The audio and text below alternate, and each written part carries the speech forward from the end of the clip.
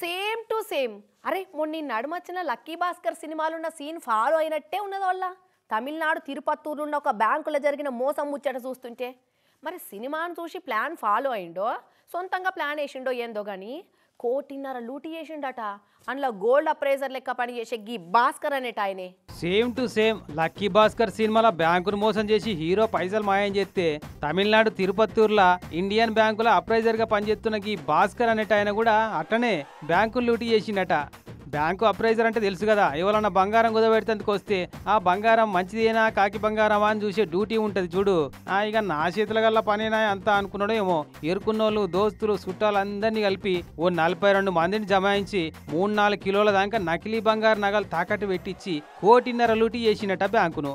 మొన్న నడుమనే లెక్కలైనాయట బ్యాంకులై. ఇక నగదు పైసలల్లా లెక్క తేడా వచ్చుడితోటి మొత్తం ఎంక్వైరీ చేస్తే ఈ భాస్కరన్ గారి భాగవతం అంతా బయటపడ్డది. వెంటనే పోలీసులను పిలిపించి అరెస్ట్ చేయించి మింగిన పైకం అంతా కక్కిచ్చే పనిలే పడ్డరట.